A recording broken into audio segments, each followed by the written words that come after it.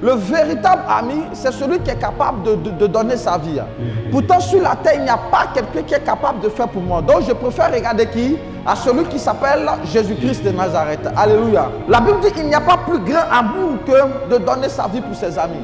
Donc, si tu dis que je suis ton ami, tu dois être capable de donner la vie. Là où des gens t'abandonnent, il est avec toi. Là où des gens te laissent, il est avec toi. Là où des gens ne te comprennent pas, il est avec toi. Si tu comptes sur l'ami Jésus-Christ, il va te conduire comme il faut. Mais écoutez, l'homme que les hommes que nous sommes, on ne sait pas mettre notre confiance en Dieu. La même Bible dit, malheur celui qui met sa confiance à un homme. Donc si je sais compter sur Dieu, j'aurai la faveur de Dieu. Mais si je ne sais pas compter sur Dieu, je n'aurai pas la faveur de Dieu. Je parle à des personnes ici. Si tu veux activer la grâce de Dieu dans ta vie, il faut que tu puisses connaître ce qu'il faut pour voir qui est véritablement qualifié pour être l'ami qu'il faut. Comme je l'ai dit tout à l'heure, il doit donner sa vie pour toi. Et c'est Jésus qui l'a fait. Dis-moi un amen bien encore.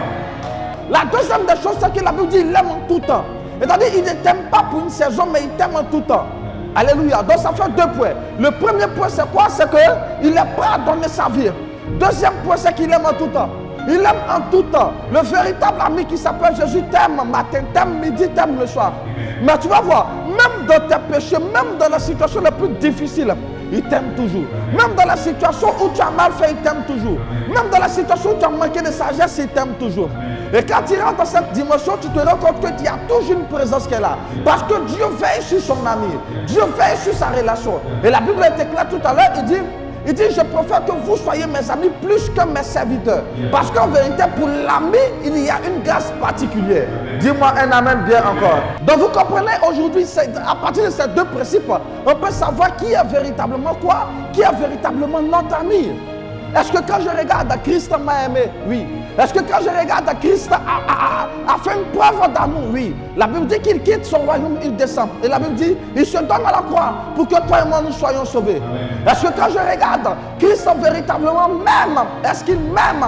La Bible dit qu'il m'a aimé le premier. C'est ce pour lequel il me recommande, comme premier commandement, de l'aimer. Donc on comprend que l'amour de Jésus-Christ ne peut pas être contesté. L'amour de Jésus-Christ ne peut pas être contesté. C'est sûr qu'il t'aime. Et en retour, qu'est-ce que tu devrais faire? Tu devrais l'aimer. Donc au nom de l'amour de Dieu, tu peux te surpasser dans tout ce que tu fais. L'amour de Dieu aime de façon extraordinaire. Quand tu aimes Dieu, qu'est-ce qui se passe? Quand tu aimes Dieu, tu pries comme jamais. Quand tu aimes Dieu, tu aimes la présence de Dieu. Quand tu aimes Dieu, tu aimes l'adoration. Tu aimes te laisser illuminer par les choses de Dieu. En vérité, l'amour de Dieu ne pèse pas le mal. L'amour de Dieu ne peut pas accepter le mal. Ne peut pas aimer ce qui est mauvais. L'amour de Dieu aime ce qui est bon, ce qui est particulier. Donc Dieu dit le fidèle ami qu'il est, il m'aime. Mais en retour, si je ne l'aime pas, est-ce que cela va embellir la relation qu'il y a entre nous et moi? C'est sur lequel il faut que mon amour pour Dieu soit démontré.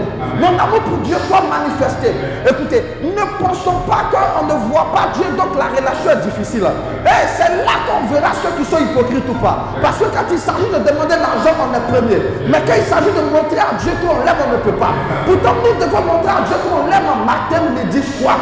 Oh, parce que lui, il ne m'aime pas seulement les lundis. Il m'aime du lundi jusqu'à dimanche. Il m'aime dans mes fautes. Il m'aime dans ma purification. Il m'aime quand je suis sale, quand je suis impur, il m'aime. Il n'a pas de limite. Je préfère que ce fidèle ami-là soit toujours mon ami qu'un ami terrestre, un ami qui ment, un ami hypocrite. Je préfère celui qui s'appelle Dieu, qui ne m'a jamais laissé tomber, celui qui connaît ma transgression. Ce même néanmoins, il dit, je me suis donné pour toi. Celui qui m'aime tel que je suis, celui qui m'aime malgré que je ne sais pas parler, oh, malgré que je ne sais rien faire. Il m'a aimé comme ça. Son amour ne pourrit pas. Son amour ne s'explique pas. Son amour ne s'arrête pas. Son amour est surnaturel. L'amour de Jésus change de vie. L'amour de Jésus emmène de vie à notre dimension. Tu découvres Jésus-Christ de Nazareth, il te fait voir des choses surnaturelles. Mais si tu ne découvres pas Dieu, tu vas voir qu'une limite peut s'imposer à ta bénédiction. Il faut que tu puisses découvrir Dieu, le Tout-Puissant, le fidèle, le particulier. Lui qui aime de façon extraordinaire. Son amour ne peut pas être mélangé à du levain. Son amour ne peut pas être mélangé à de la combustion. Son amour ne dépend pas de ce que tu fais. Son amour ne dépend pas de quoi que ce soit. Son amour est fait par pure grâce. Pourquoi est-ce que Jésus t'aime? c'est parce qu'il y a une grâce exceptionnelle. Je dis à plusieurs personnes aujourd'hui, si tu sais que tu as pour fidèle ami celui qui s'est donné à la croix, si tu sais que tu as pour fidèle ami celui qui a tout abandonné à la croix, je dis ta vie changera.